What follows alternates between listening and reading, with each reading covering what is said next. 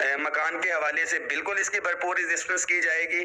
اور کیٹیگریز جو میں نے اس کے اندر بتا دی ہے کہ 11 تک جو ہے صرف بی ٹائپ, 12 سے لے کے 14 تک سی, یہ تمام ملازمین ذہن میں رکھیں آپ انٹائٹلڈ ہیں. اس کے ساتھ ساتھ ون ٹائم جو ڈسپنسیشن تھی وہ اپنے پچھلے سکیل کے اوپر لے گا. ٹائم سکیل پرموشن اسی لیے لی گئی تھی کہ 30 سال سے بندہ ایک سکیل کے اندر ہوتا ہے, اسے وہ پرکس اینڈ پریویلیجز ملنی چاہیے. تو تمام بینیفٹس کے اندر یہ مکان وغیرہ بھی آتے ہیں, یہ بھی آپ ساتھیوں سے جو ہے وہ چھینے جا رہے ہیں. مکانات کا ہو گیا. ون ٹائم ڈسپنسیشن جو یہاں پہ دی گئی ہے گریڈ 1 سے 16 تک ابھی رہتے ہیں, اور خاص طور پہ پے اینڈ پینشن کمیشن کی ریکمنڈیشنز کے اوپر اب پینشن کی طرف تو آ رہے ہیں.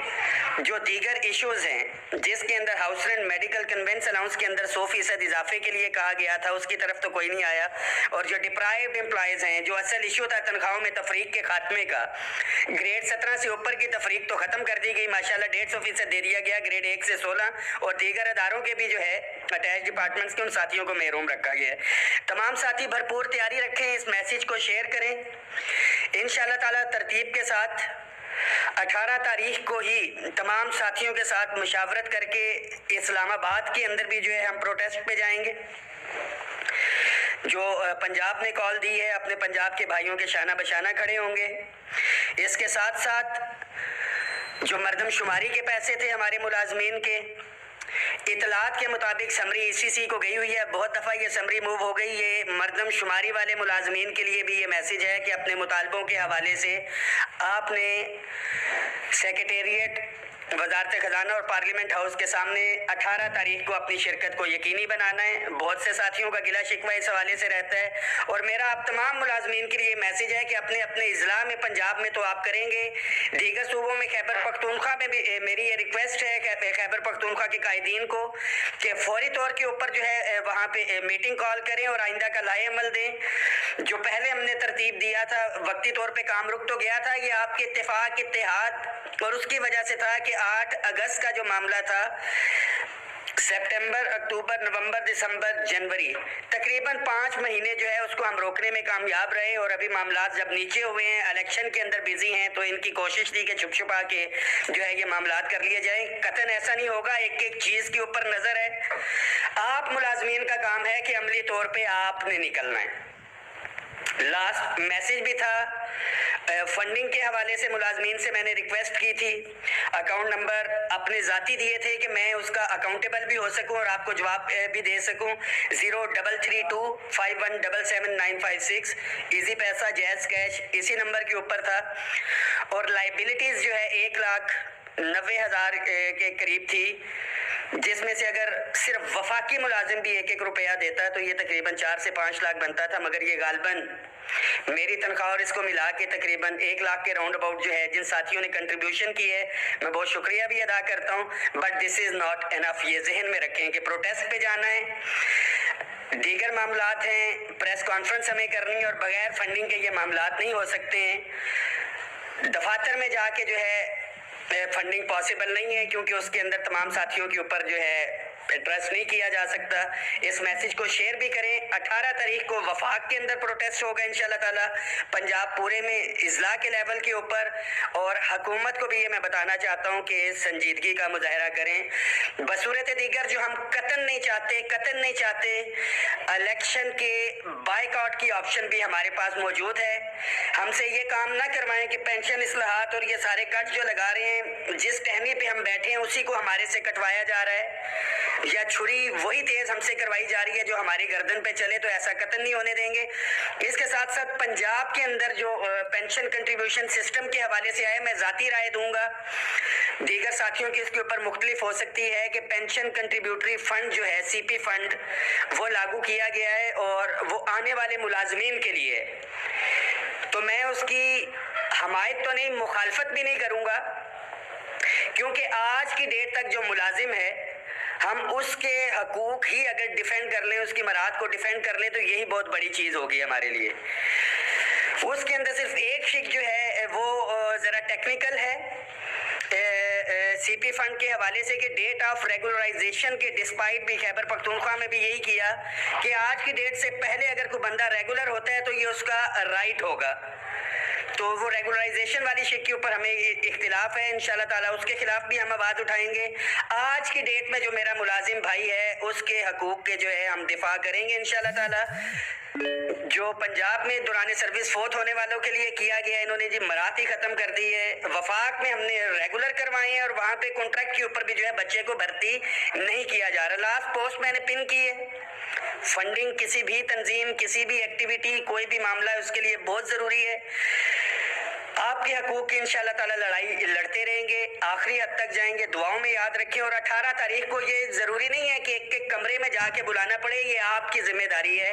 میری ذمہ داری یہ ہے کہ آپ تک اویئرنیس میسیج اور یہ پہنچا دوں تمام گروپس کے اندر، اپنی والز سے اس کو شیئر کریں تاکہ ہر ملازم تک کم از کم یہ آواز پہنچ سکے۔ اور یہ ذہن میں رکھیں کہ آج سے تقریباً 4 سال پہلے میں بھی اسی طرح کی ایک پوسٹ دیکھ کے جو ہے سامنے آیا تھا، اور ہمارے بہت سے ایکٹیو ساتھی اس کے اندر آ سکتے ہیں۔ آپ اس کو شیئر کریں، اویئرنیس دیں۔ انشاءاللہ تعالیٰ 18 تاریخ کو پارلیمنٹ ہاؤس کے سامنے اپنے وفاق کے دیگر ساتھیوں کے ساتھ مشاورت کر کے ہم آگے کا لائحہ عمل دیں گے۔ بہت شکریہ۔